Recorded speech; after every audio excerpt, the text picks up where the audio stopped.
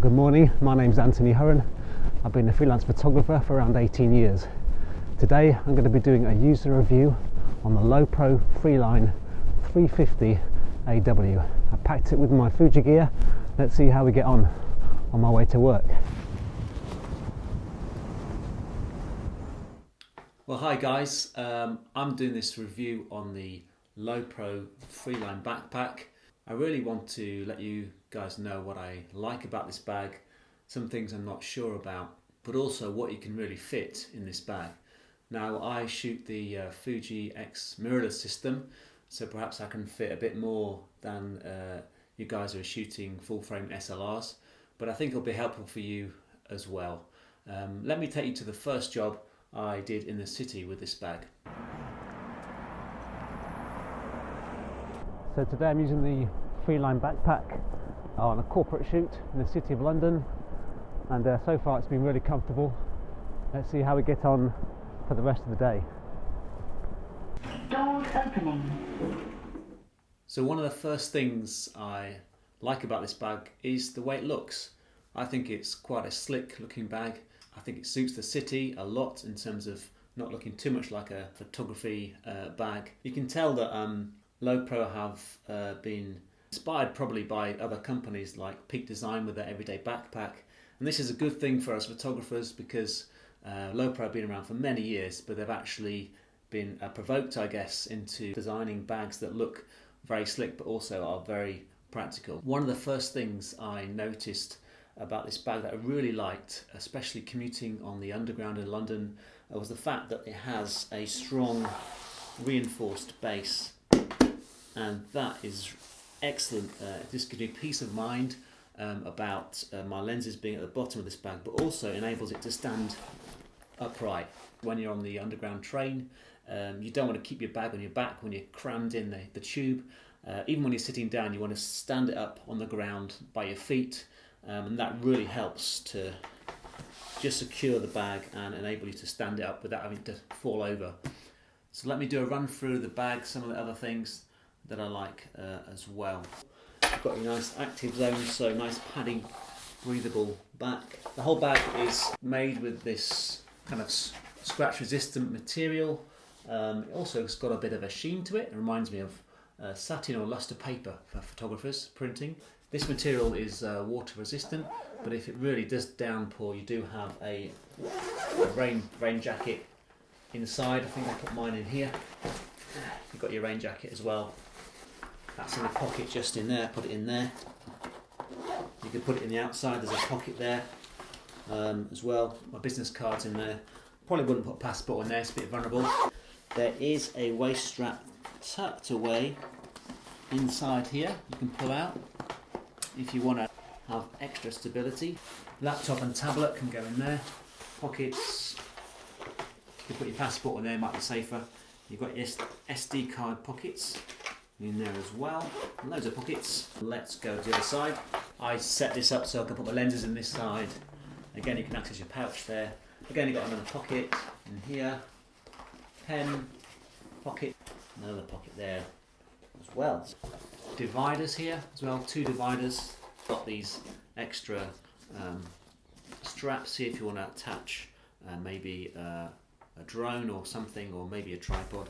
But your tripods can also fit obviously in here. If you've got a small tripod, I fit a mini tripod for my job in the city.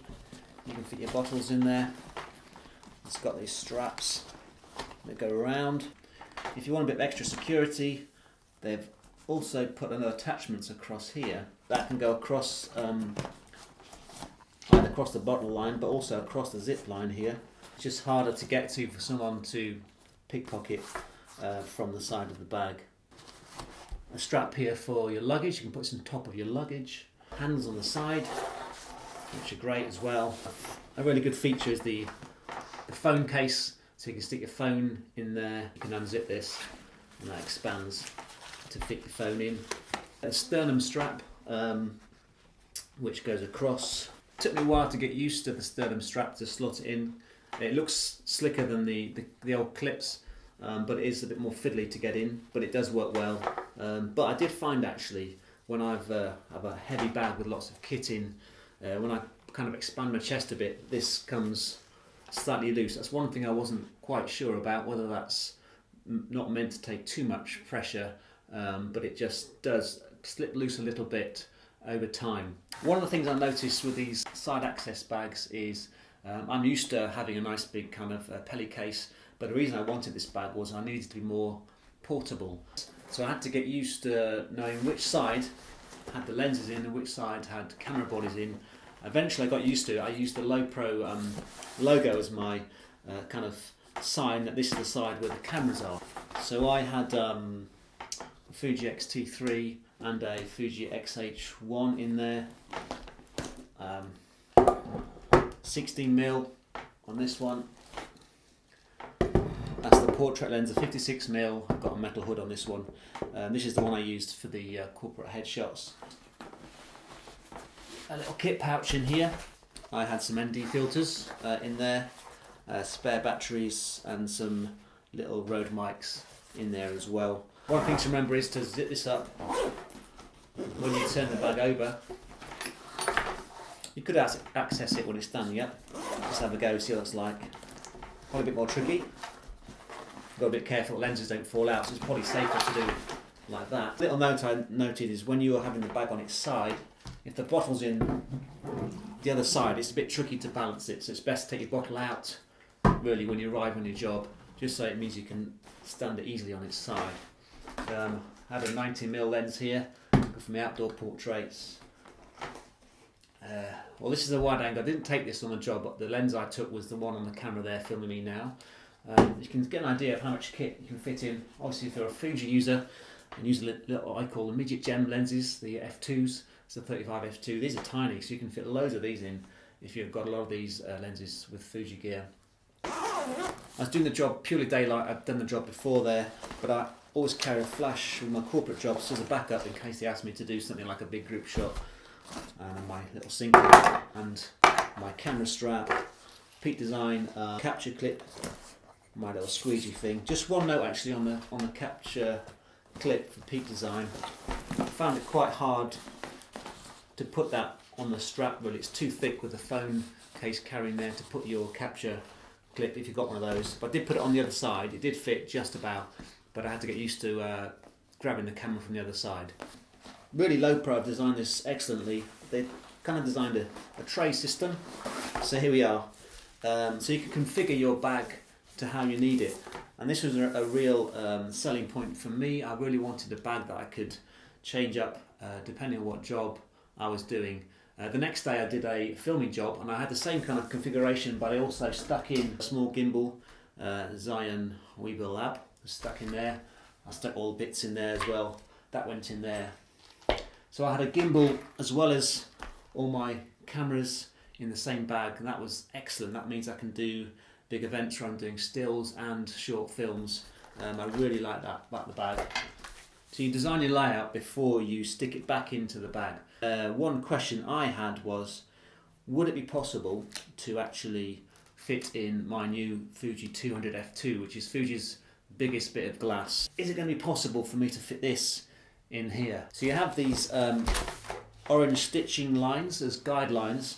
If you want to have the pouch in the bottom, you need to put that really on this line to leave enough space to slot it in. This line here is a good guideline. If you go this way beyond the line, you have trouble accessing your kit from the side, so that's a good safety margin. So for the Fuji 200 F2, I changed up, rather than putting it here, I put this right at the bottom, along here, so I can do this. Let's get it in line. I'm obsessed with getting things in line. Typical photographer. Let's get this down. I think that's in place.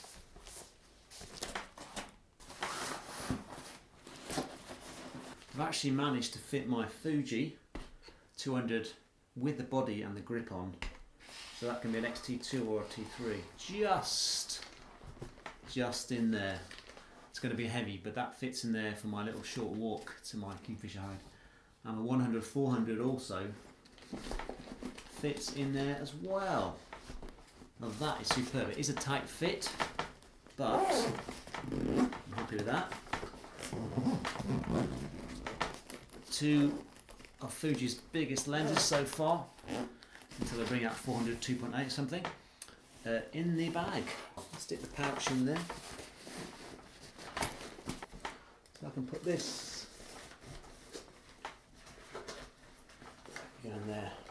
100 to 400 Fuji lens. The 200 f2 is in there, believe it or not.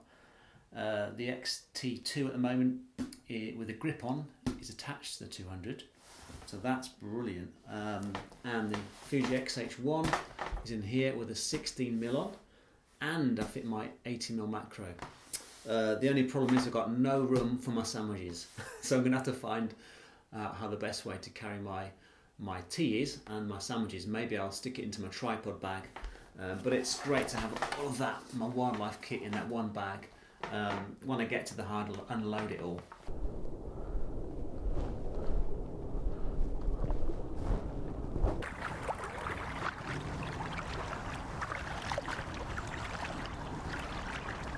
Well, here I am at the Kingfisher Hide.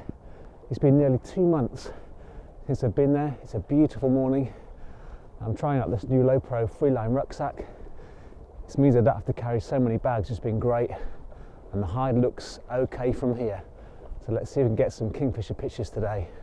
Looking forward to this day. Well guys, the Lowepro Freeline Backpack has done a great job for me so far. It's just very adaptable. It even got all my wildlife lenses in, which is pretty cool. So this gets a thumbs up from me. Well done, Lowepro.